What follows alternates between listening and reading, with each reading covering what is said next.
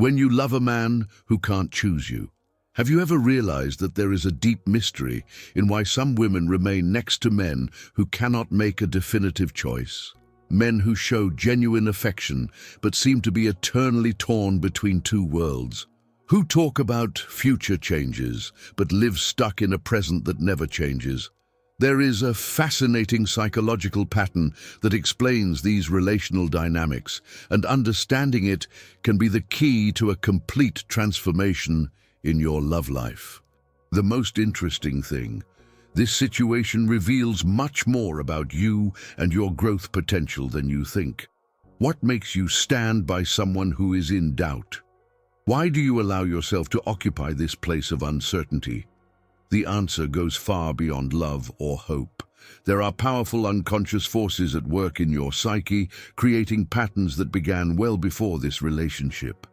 In this video, we'll discover the psychological mechanisms behind this dynamic and, especially, how you can use this knowledge to create authentic and fulfilling relationships.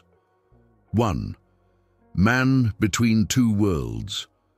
When a man is unable to make a definitive choice, he's experiencing a deep internal division that goes far beyond simple indecision. This state reveals a psychological conflict where two versions of himself coexist without ever fully integrating. On the one hand, there is the man you meet in intimate moments, the one who shows affection and talks about future possibilities. On the other, there is a version that remains anchored in previous commitments, unable to take the necessary step towards change. This fragmentation does not happen by chance. It arises when a person has not developed the ability to unify their conscious desires with their unconscious responsibilities and fears. The result is someone who lives in constant tension, experiencing genuine feelings for you, but at the same time paralyzed by old loyalties, fear of the unknown, or even the need to maintain a specific social image. The fascinating thing about this division is that it creates a kind of double reality. In the moments with you, he fully inhabits that universe, sincerely believing in the words he says and the emotions he feels. However, when he returns to the other context, that world becomes equally real and convincing. It is not necessarily a matter of lying or conscious manipulation, but of a psychological inability to integrate these two realities into a single coherent existence. This situation is perpetuated because keeping both worlds apart offers psychological protection against ultimate choice anxiety. Choosing means losing, and for those who have not developed enough emotional maturity, this loss seems unbearable. So he remains in that limbo, where he can experience different versions of himself without having to face the real consequences of a decision. The most important thing to understand is that this division will not be resolved by you. It doesn't matter how much love you offer, how much patience you show, or how much proof you give that a future together is possible. The integration of these two versions of him is an internal work that only he can perform. It requires him to face his own fears, question his automatic loyalties, and develop the courage to live a more authentic life. While this integration does not happen, you will continue to receive only half of a person, not the full version that comes out when someone is genuinely available and present. To recognize this reality is not to give up on it, but to understand that certain psychological processes require personal work that no one can do for another. The essential question is not whether he will ever make up his mind, but whether you are willing to wait indefinitely for a transformation that may never happen. 2. The magnetic force of hope. Hope possesses an extraordinary psychological power that can both propel us and keep us stuck in situations that don't serve us. When you love someone who can't completely choose you, hope becomes the fuel that fuels your permanence. Every little sign, every kind word, Every moment of genuine connection works as confirmation that your expectations can come true. This mechanism is deeply rooted in the human psyche. Our mind looks for patterns and evidence that confirm what we want to believe. Then you come to interpret ambiguous gestures as veiled promises, vague words as future commitments, and moments of affection as proof that change is coming. This process is neither conscious nor rational. It happens in the deepest layers of your mind. The interesting thing about hope in this context is that it is constantly renewed. Every time you think about giving up, something happens that rekindles the flame. An unexpected message, an especially meaningful encounter, a renewed promise. These moments work as intermittent rewards that, according to psychology, create the strongest and most difficult bonds to break. It's the exact same principle that makes gambling so addictive. In addition, hope creates a future narrative in your mind. You imagine scenarios where everything is resolved, where he finally takes courage, where you can live the relationship you have always dreamed of.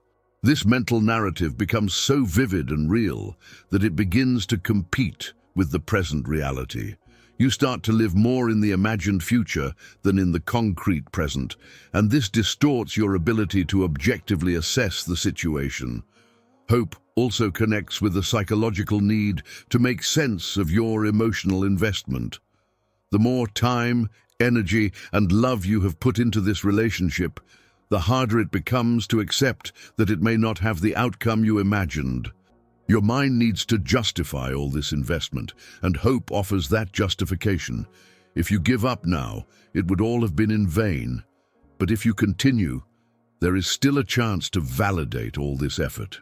There is also another crucial element. Hope allows us to postpone mourning.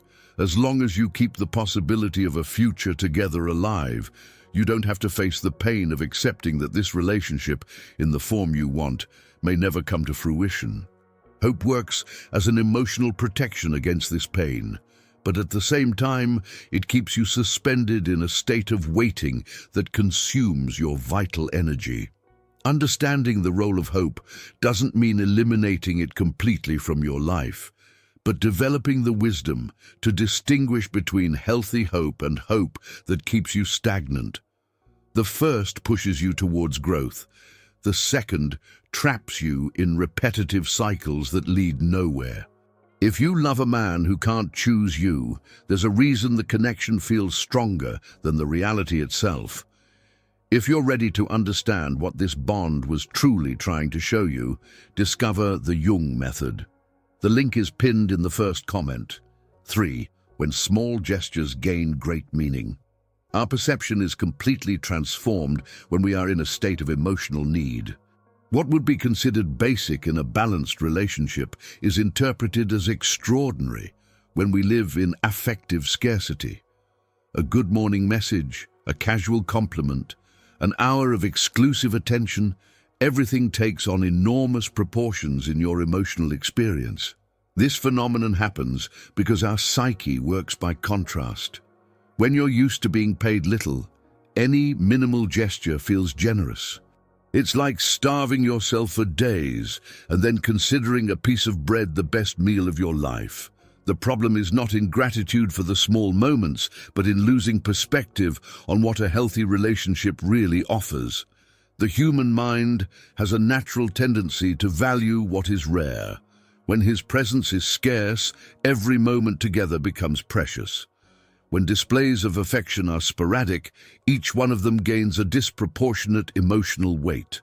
You start to live from crumb to crumb, feeling deeply nourished by what should be the minimum expected in a genuine connection. This dynamic creates a dangerous cycle. The more you value these small gestures, the more you accept scarcity as normal. Your benchmark of what is appropriate in a relationship is gradually adjusted downward. What would once have been unacceptable now seems reasonable. What should be basic is now celebrated as special. Your internal ruler of merit is being recalibrated without you consciously realizing it. There is also a component of disproportionate gratitude that develops in this process. You feel so grateful for the moments you receive that it prevents you from questioning why they are so rare. Gratitude, which is normally a wonderful quality, becomes an obstacle to recognizing when you're being emotionally mistreated. Another fundamental aspect is that this excessive valuation of small gestures creates an asymmetry in the relationship. As you celebrate every little show of affection as if it were a big event, he comes to understand, even if unconsciously, that he needs to do very little to keep you around. This does not promote relational growth, but accommodates both in a dynamic where minimal effort is enough. The transformation needed here involves reconnecting with your own worth and re-establishing healthy patterns about what you deserve to receive in a relationship. It's not about becoming demanding or ungrateful, but about developing discernment to distinguish between genuine gestures of love and basic attention that any partner should naturally offer.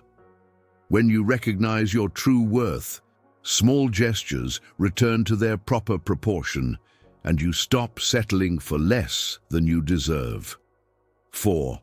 Discovering your true value. The value you attribute to yourself is not a fixed characteristic, but a psychological construction that develops throughout life, through experiences, relationships, and especially the narratives you have created about who you are. When you accept to occupy a secondary place in someone's life, it reveals deep beliefs about what you believe you deserve. These beliefs usually formed long before this particular relationship.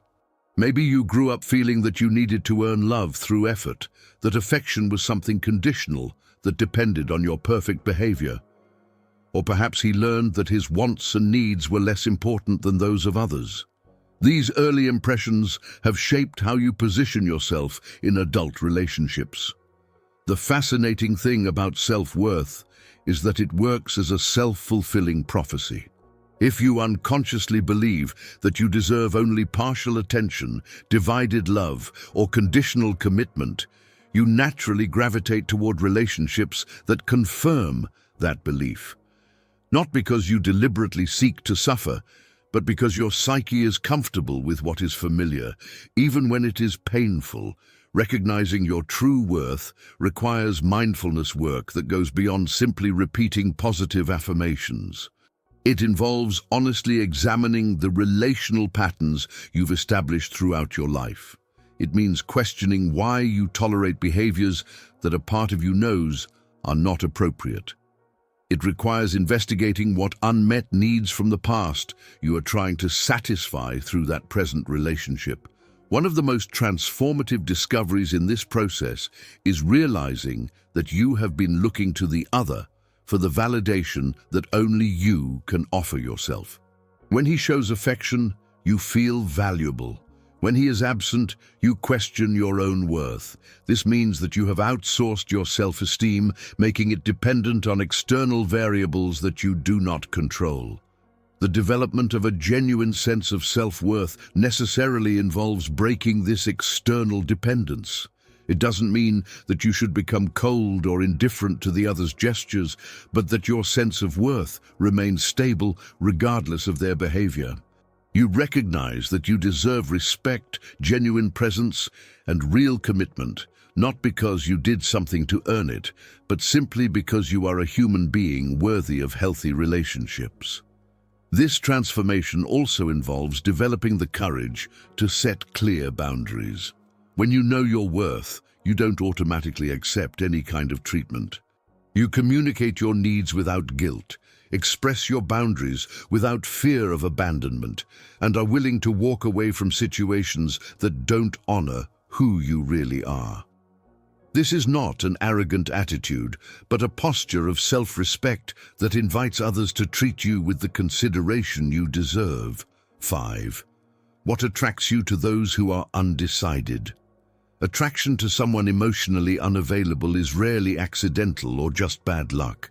There is usually a complex psychological dynamic that leads you to feel a deep connection, precisely with those who cannot offer you a complete relationship.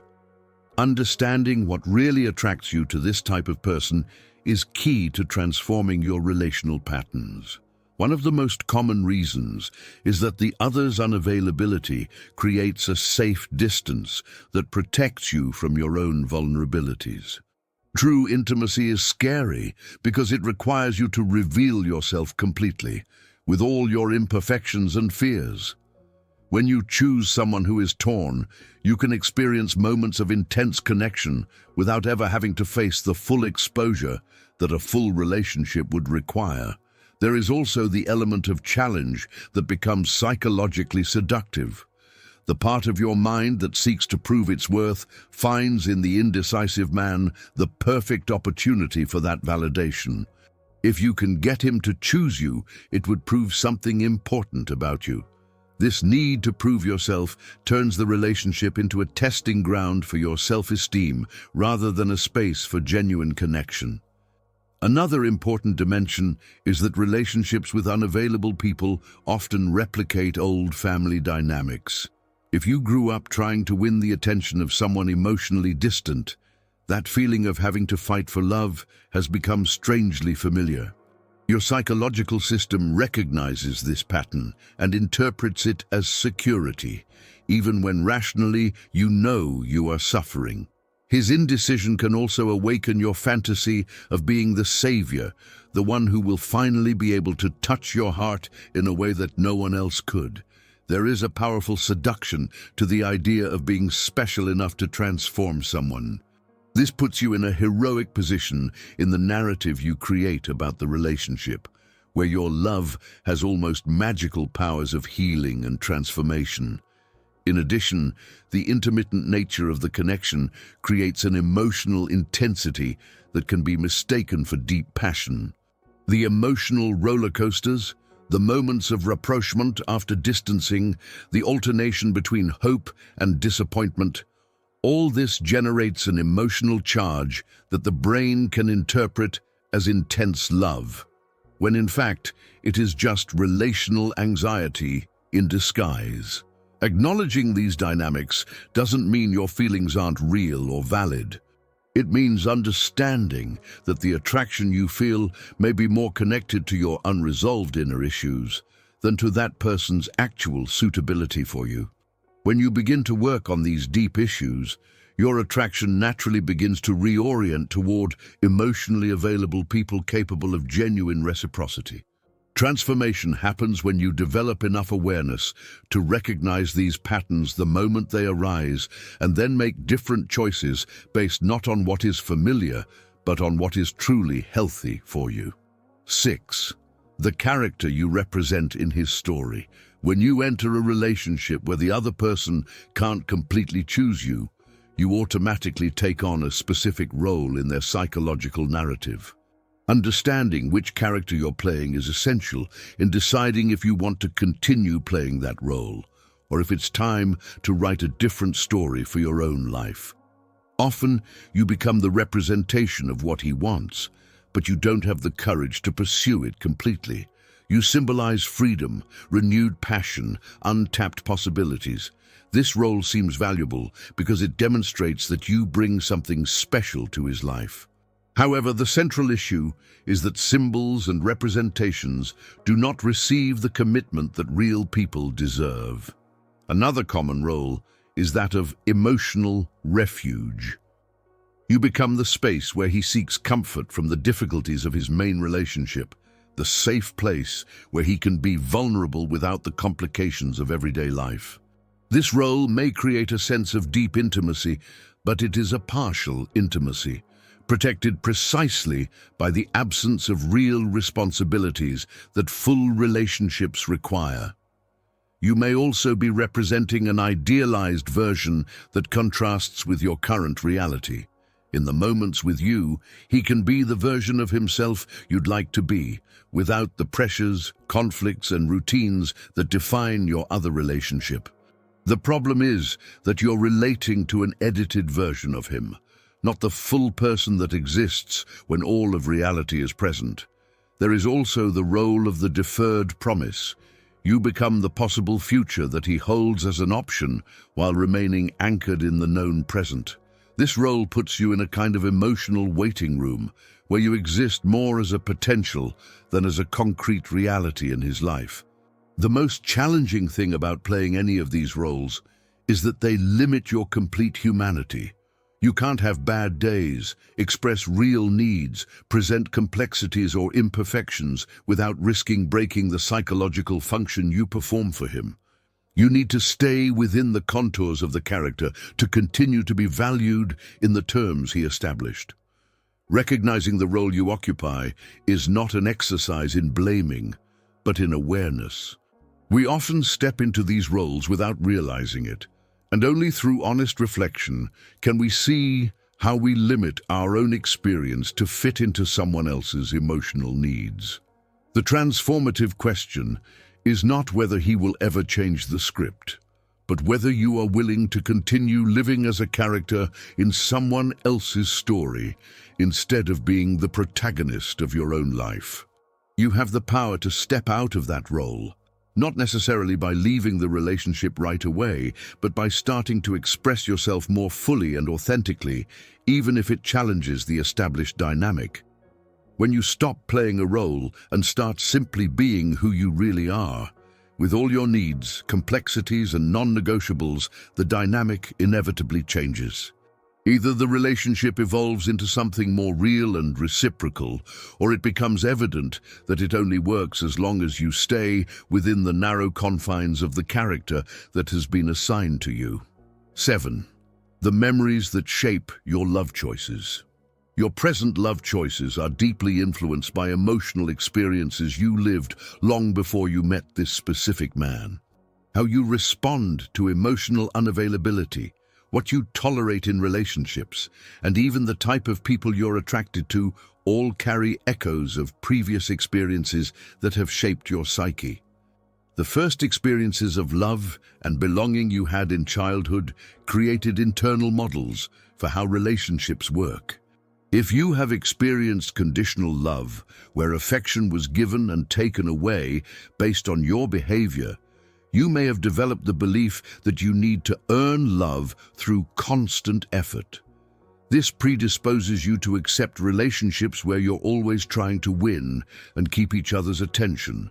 Experiences of abandonment, even if subtle, also leave lasting impressions. Perhaps one of your caregivers was emotionally absent, physically present, but psychologically distant. This experience may have created a pattern where you feel strangely comfortable with people who demonstrate the same kind of partial availability. Your emotional system recognizes this pattern as familiar, and familiarity is often confused with compatibility. Memories of how you saw relationships around you also function as silent models.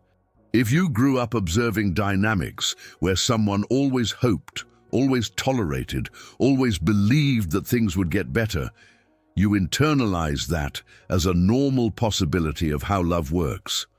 These observed patterns become unconscious blueprints that you follow without question. Experiences from previous relationships also cement beliefs about what you can expect. If you've ever been pushed aside before, if you've invested in someone who didn't reciprocate with the same intensity, these experiences may have reinforced an internal narrative that you're not valuable enough to be chosen completely. Each similar experience confirms this belief, making it more solid in your psyche. There's also the issue of the unmet needs you carry. If you grew up craving attention that never came consistently, you may be unconsciously trying to satisfy that old need through current relationships. The problem is that no present relationship can fill voids created in the past, but that doesn't stop your psyche from continuing to try. The interesting thing about these memories and patterns is that they operate mostly outside of consciousness. You don't consciously think about how your past experiences are influencing your present choices.